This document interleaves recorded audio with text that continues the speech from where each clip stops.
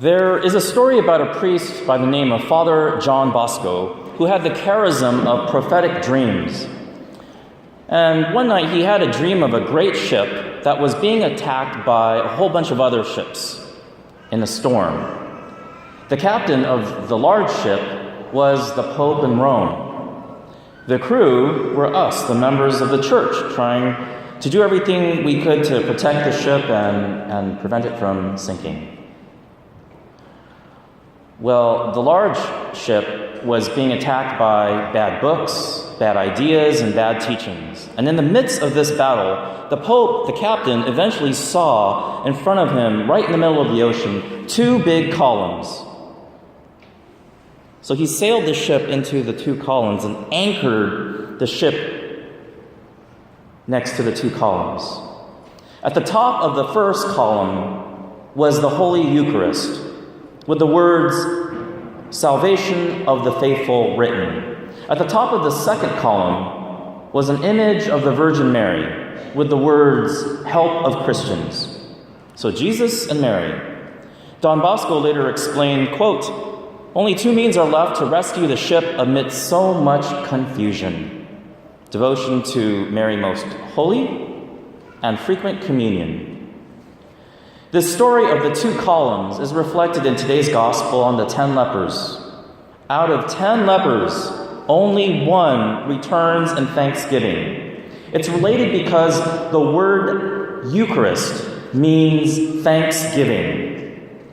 It's not just a holiday in November that we celebrate once a month or once a year.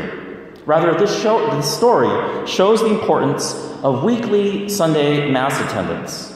6 days we labor, but on the 7th day we rest, and we attend Mass for only an hour to worship God, say thank you, and receive Him in Holy Communion in the state of grace. We go and tell God that we love Him. This Eucharist that you and I are going to receive in a few minutes. And in a sense,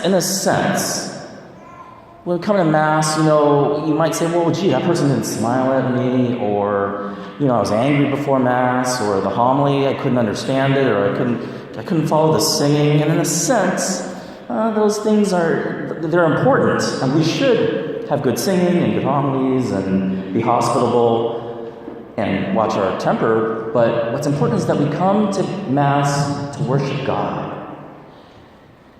Jesus said to the leper, "Stand up and go. Your faith has saved you." This was a Samaritan, somebody that the Jews didn't really like. And this person's faith is what saved him. Now, so that's the first column in a way. That second column is devotion to Our Lady, Mama Mary.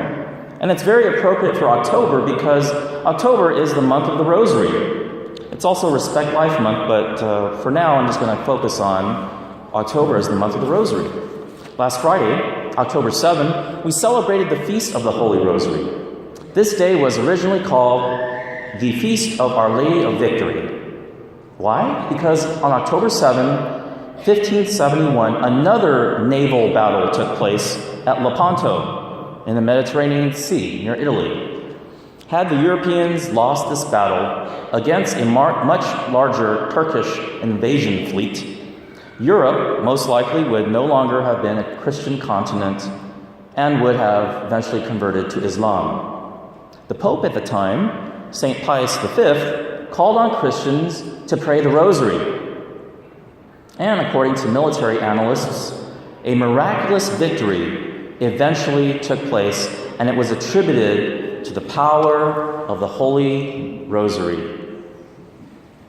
The power of the Holy Rosary can also be seen in another wartime story with the atom bomb that was dropped in Japan in World War II. The Jesuit priest, Father Herbert Schiffer, and 7 other Jesuits lived in Hiroshima when the atom bomb was dropped directly over them. But they survived. Over 200 scientists afterwards couldn't figure out why these 8 Jesuits survived the blast when everybody within a 1-mile radius died. And when people asked Father Schiffer why you survived, he said, quote, "We survived because we were living the message of Fatima Our Lady of Fatima, who asked us to pray the Holy Rosary. We lived and prayed the Rosary daily at home, end quote. And just a couple of years ago, Father Schiffer died. I mean, there was no radiation poisoning, nothing. He was in good health. So I've given you 3 true stories of the power of the Holy Rosary in our lives. And in our own time, where our Holy Father, Pope Francis, is calling the situation in the world a type of piecemeal World War III, and where Russia just threatened the Third World War, we must all the more develop a devotion to the Rosary to avert war and promote peace in the world.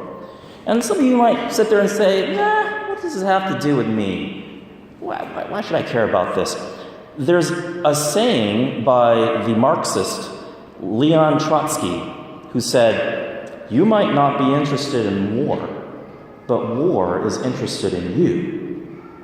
In other words, if we were to look at that spiritually, we might not be concerned with spiritual things like, why should I go to Mass and receive the Eucharist? Why do I need to go to church and pray the Rosary and all that? But our enemies, the spiritual fallen angels, care about dragging us to perdition with them.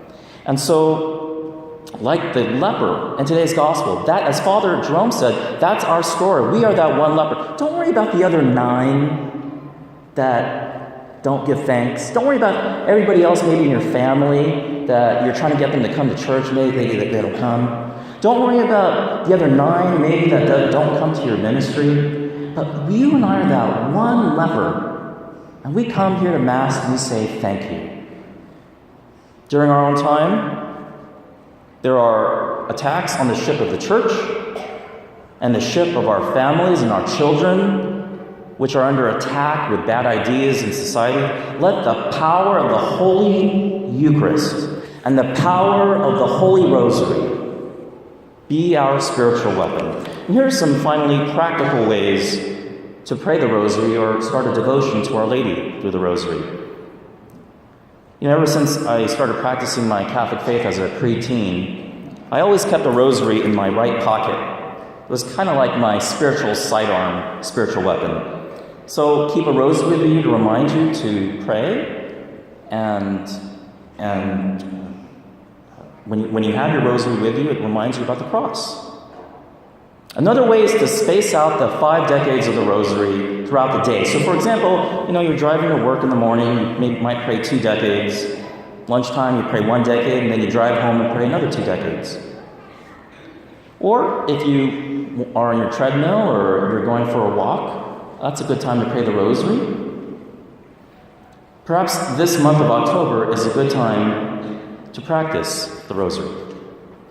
I close with the words of the responsorial psalm where we prayed, the Lord has revealed to the nations his saving power. He has revealed to the nations his saving power through prayer, through the Holy Mass. So let us not neglect Sunday Mass and cultivating our faith and thanksgiving, just like the leper, who Jesus said, stand up and go. Your faith has saved you.